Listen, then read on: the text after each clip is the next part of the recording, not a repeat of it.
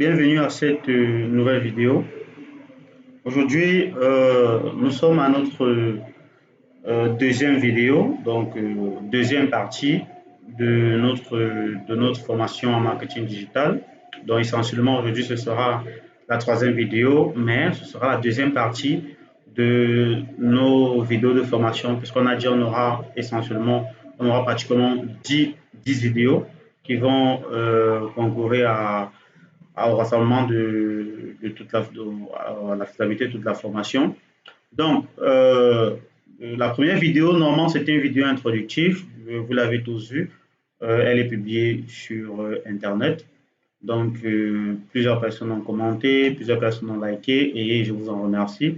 Et ouais, j'ai bien reçu que ce soit des commentaires positifs ou négatifs, mais ces commentaires, je les ai reçus. Donc, on va essayer d'améliorer au fur et à mesure nos vidéos en fonction de ce que vous demandez, ce que vous dites et ce que vous pensez.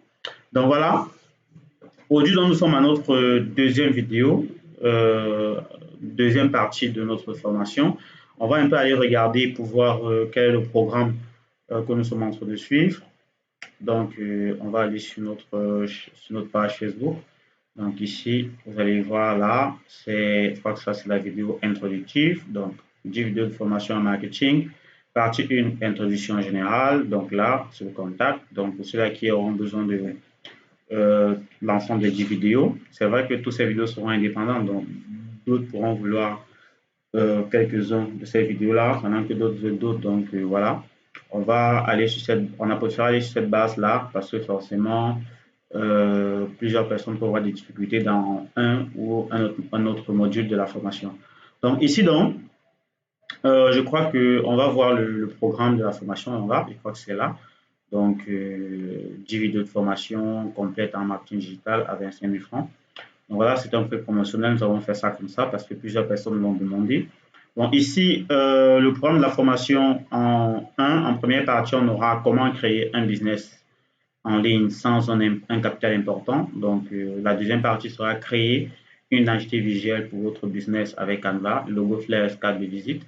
La troisième partie sera mettre en place une bonne stratégie marketing pour son business et comment faire le choix de ses objectifs. Et la quatrième partie, on aura créé une page Facebook professionnelle et la paramétrer selon votre business. Créer toutes vos pages et comptes de réseaux sociaux, Twitter, LinkedIn, Instagram. Utilisez l'application Facebook Business pour gérer votre page de manière professionnelle. Ensuite, on aura fait de la publicité de manière professionnelle sur votre page Facebook. Donc ici, on aura maîtrisé l'application publicité Facebook et organisé au mieux vos publicités sur Facebook. Voilà, ici après, on aura différentes références, on aura le référencement, donc référencer et créer votre entreprise sur Google, donc pour pouvoir être présent, visite sur Google, qui est d'autant un grand réseau, le plus grand d'ailleurs. Donc ensuite, on aura maîtrisé l'application, donc je crois qu'on a parlé de ça, on aura fait localiser votre entreprise sur Google Maps si vous avez un établissement réel, si vous avez des bureaux, une boutique ou ces choses, comment faire référencer votre boutique, votre établissement sur Google Maps de telle sorte que lorsque les gens vous demandent où vous êtes situé, vous n'avez qu'à les envoyer votre localisation, ils pourront facilement arriver où vous êtes. Donc voilà. Ensuite, on aura fait de la publicité Google Ads. Donc, beaucoup ont demandé cela. Comment faire de la publicité Google Ads parce que donc, on parle beaucoup de publicité Facebook. Par contre, Google est aussi un grand champ publicitaire qui touche énormément, je pourrais dire plus de personnes que Facebook. Donc ici, après, on aura monétisé, on aura créé et géré une chaîne YouTube. Ça, on va voir ça aussi. Ce sera un module, l'un des derniers modules de la formation. Ensuite, on aura monétisé votre chaîne YouTube. Donc, comment gagner de l'argent en publiant ces vidéos sur YouTube. C'est vrai, on va aussi voir ça sur Facebook parce que c'est aussi possible. On ne va pas toucher Instagram pour autant. On va se limiter à là pour cette formation. Donc voilà, aujourd'hui donc, on va voir notre première partie de la formation qui est notre deuxième vidéo essentiellement parce que la première vidéo était une vidéo introductive. Donc, notre deuxième vidéo, donc, notre deuxième partie va parler essentiellement de comment créer un business en ligne sans un capital important. Donc, c'est vrai, ce sera une partie assez théorique, mais par contre, je vais vous montrer un peu des détails sur certains logiciels et autres. Donc voilà, on va parler de ça. On va très vite parler de ça et puis on va un peu parler de Canva et d'identité visuelle et autres. Donc voilà, euh, comment créer comment créer un business en ligne sans un important capital. Donc c'est le sujet du jour essentiellement. Bon, déjà, je vais vous parler de ma petite expérience, une expérience que j'ai eue personnellement. Lorsque je lance ma première activité, je suis étudiant et je suis très jeune étudiant, je dois le dire. Bon, quand je lance ma première activité, j'avais pas d'énormes ressources financières en fait. Et je pourrais même dire, j'avais pas d'énormes ressources tout court. Donc, pas de ressources intellectuelles assez énormes dans le domaine de l'entrepreneuriat ou de l'entreprise, pas de domaine assez énorme dans le domaine relationnel, pas de ressources assez énormes dans le domaine relationnel, pas de ressources énormes dans le domaine financier. Donc, essentiellement, j'avais pas un portefeuille garni, j'avais pas un compte en banque, j'avais rien de tout ça en fait. J'avais des idées, j'étais bourré d'idées et il fallait structurer ces idées-là en fait. Donc voilà. Aujourd'hui, je vais vous donner quelques étapes selon mon aventure et selon mon expérience pour pouvoir vous lancer un business important sans un important capital. Bon voilà. Premièrement, tout business, je veux dire, tout business va d'abord d'une idée en fait. Donc, il faut d'abord avoir pratiquement une bonne idée. Bon, forcément, on ne va pas dire et on ne va pas se dire une bonne idée parce que une fois qu'on n'a pas lancé vraiment quelque chose et que ça a marché, on ne peut pas vraiment dire que c'est une bonne idée. Donc, une idée que vous avez, forcément, vous avez plein d'idées chaque jour. Donc, par semaine, vous avez forcément énormément d'idées et au cours d'une année, vous avez plein d'idées. Donc, essentiellement, comment lancer un business? Donc, premièrement, il faut avoir une idée. Ça veut dire qu'il faut avoir une idée bien arrêtée. Parmi toutes les idées que vous avez ou que vous aurez, il faut arrêter une idée particulière sur laquelle vous allez vous baser pour lancer votre activité. Maintenant, il faut choisir un domaine bien précis. Votre idée, premièrement, doit apporter une résolution à un problème dans un domaine bien précis. Je prends un exemple simple. Lorsque moi, je voulais créer ma structure, lorsque j'ai débuté, en fait, j'avais quelle idée? Mon idée, essentiellement, était de digitaliser la comptabilité et la fiscalité des entreprises et de permettre aux entreprises de vraiment opérer dans le domaine du digital, en fait. Donc, ça allait dans le sens de création des logiciels de gestion, chose que nous avons fait tout au long de notre parcours. Il y a eu la digitalisation d'entreprise, le marketing, ainsi de suite. Ouais, jusqu'aujourd'hui, je suis toujours dans le marketing, dans tout ce que j'ai prévu faire, je le fais toujours. Donc, vous voyez, ça veut dire que j'ai des idées bien arrêtées dans un domaine bien spécifique. Le domaine, c'est le digital. Donc maintenant, le but étant de digitaliser vraiment tout ce qui est entreprise. Donc, que ce soit la publicité en entreprise, que ce soit la gestion en entreprise, que ce soit la comptabilité, que ce soit la fiscalité. Donc voilà, vous devez avoir une idée assez arrêtée. Une idée arrêtée. Je le dis, je le répète, une idée bien arrêtée. Vous ne devez pas avoir une idée trop diversifiée. Donc l'idée ne doit pas être trop vague. Elle doit être précise. Elle doit apporter une solution à un problème précis dans un domaine spécifique. Donc voilà. C'est que votre idée doit apporter une solution précise dans un domaine spécifique. Donc voilà, c'est la première étape. Trouver une idée qui va résoudre un problème dans un domaine précis, qui va résoudre un problème précis dans un domaine spécifique, je le dis. Donc maintenant, comment ça se passe? Vous avez une idée, vous dites, mon idée, ça résout quel problème en fait? Parce que pratiquement ce que je viens de vous dire, nous sommes d'accord que beaucoup d'entreprises ont des problèmes du digital, ont des problèmes de la gestion. Plusieurs entreprises font des ventes, font de la production, font beaucoup d'activités, mais ont du mal à récupérer toutes les données au but de les analyser. Les données comptables, les données de gestion, les données de vente, les données de charge, les données de chiffre d'affaires, ainsi de suite. Donc, mon but était de faciliter tout ça aux entreprises et de permettre aux entreprises de pouvoir contrôler au mieux et analyser au mieux leur activité par des logiciels et des logiciels que nous avons conçus. Nous avons par exemple le logiciel comme Order pour management qui permet de gérer le suivi des commandes de clients, le suivi des clients, des prospects, ainsi de suite. Nous avons notre logiciel qui est Project Management. Nous avons plein de logiciels comme ça qui permettent aux entreprises de pouvoir gérer que ce soit leur stock, que ce soit leurs ressources humaines, que ce soit leurs finances, que ce soit leurs charges ou leurs bénéfices. Donc, essentiellement, voilà un peu l'idée que vous devez avoir. Vous devez apporter une solution avec vos idées. Donc, si votre idée ne doit pas juste être de vous enrichir, vous ne devez pas être fixé et axé sur une idée qui consiste uniquement à vous remplir les poches en fait. Votre idée doit principalement aider le monde ou la population à résoudre un problème. Donc voilà, une fois que vous avez cerné un peu comment faire la sélection d'une bonne idée, donc là, vous pouvez aller à la prochaine étape.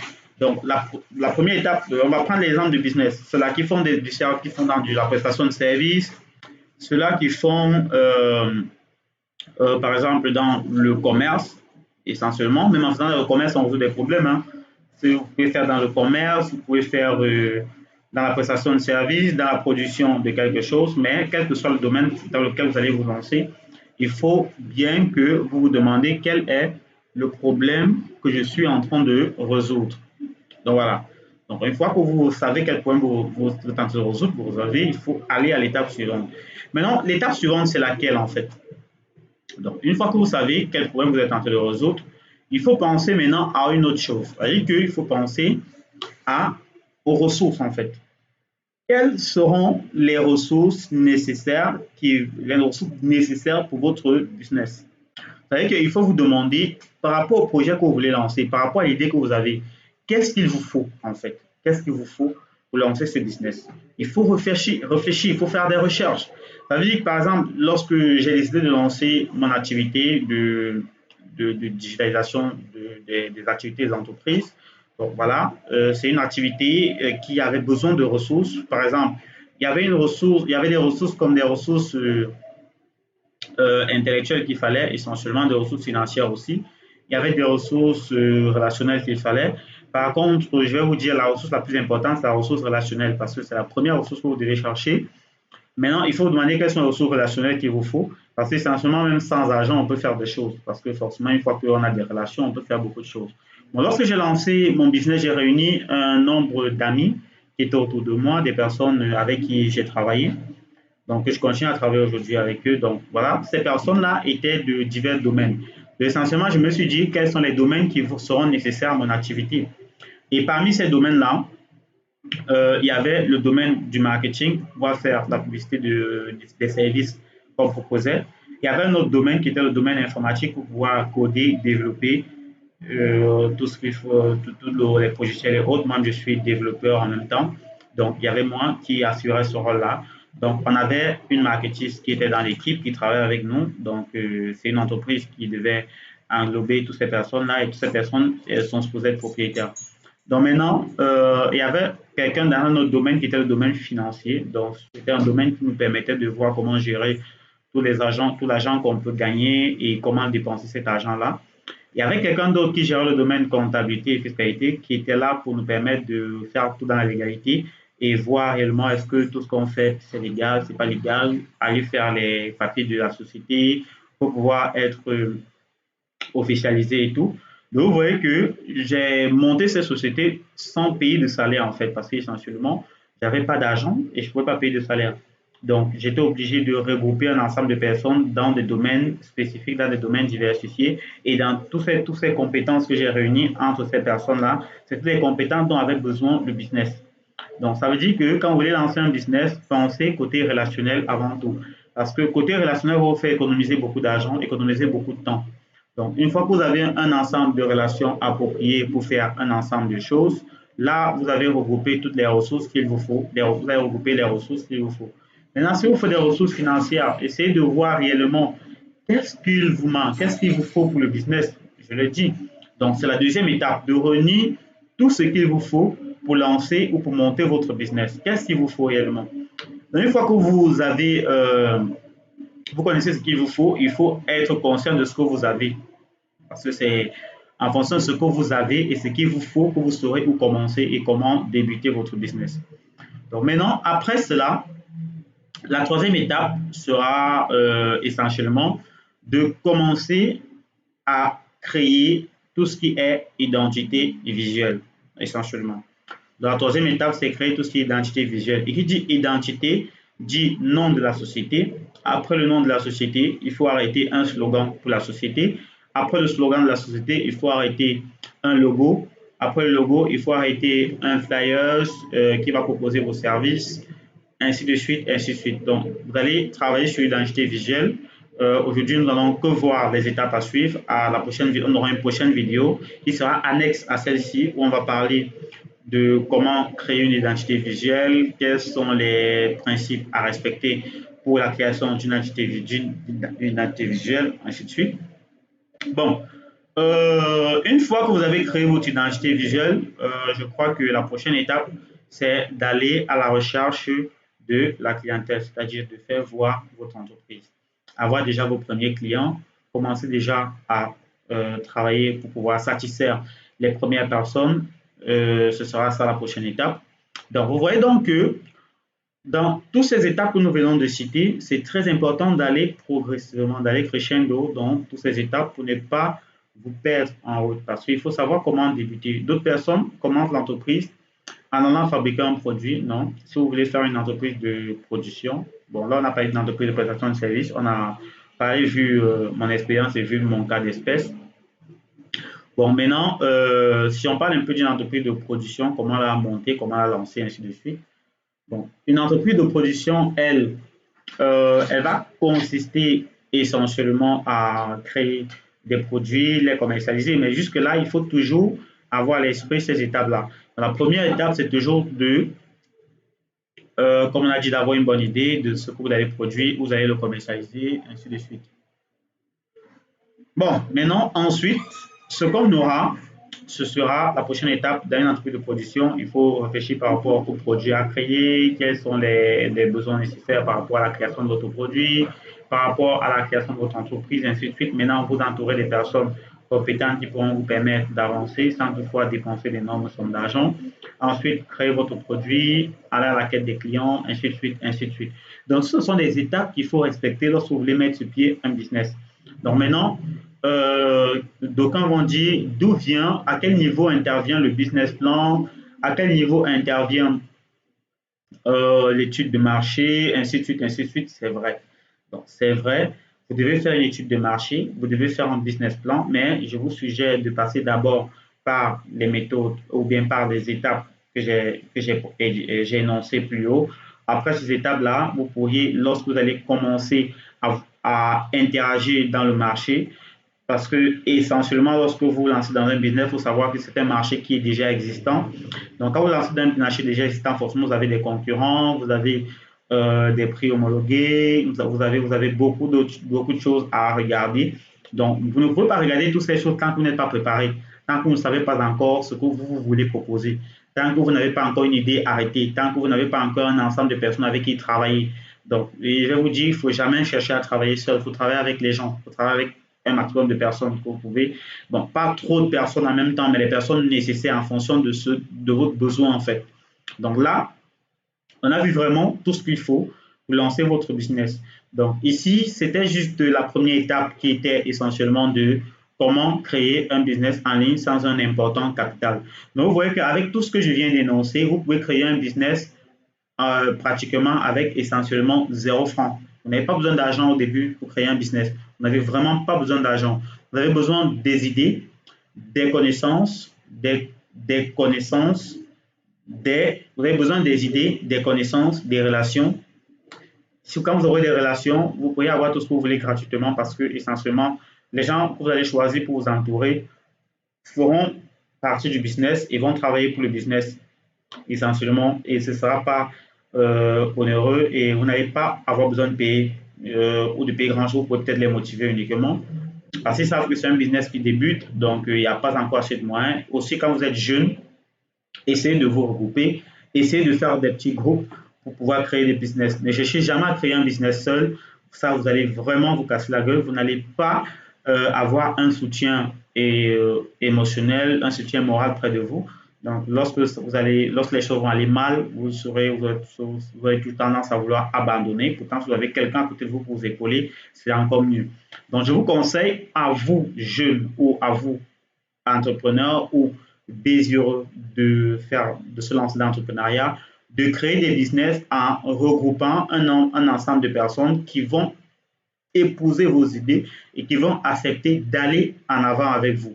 Donc, sur ce, je vais vous dire bonne soirée, je vais vous dire au revoir et nous allons nous retrouver à la prochaine vidéo qui sera une vidéo annexe à celle-ci qui va nous montrer un peu comment créer une identité visuelle. Nous allons apprendre comment utiliser l'outil Canva pour pouvoir créer rapidement et facilement une identité visuelle pour notre business. Et vais au mieux vous expliquer ce que c'est qu'une identité visuelle pour ceux-là qui ignorent encore vraiment ce que c'est. Parce que plusieurs personnes se lancent dans l'entrepreneuriat en ignorant vraiment qu'est-ce que l'identité visuelle, pourquoi c'est important, pourquoi c'est nécessaire, pourquoi c'est primordial même. En fait, on va parler de cela dans la prochaine vidéo. Donc, je vous dis à bientôt, à la prochaine vidéo. Merci et bonne soirée à vous.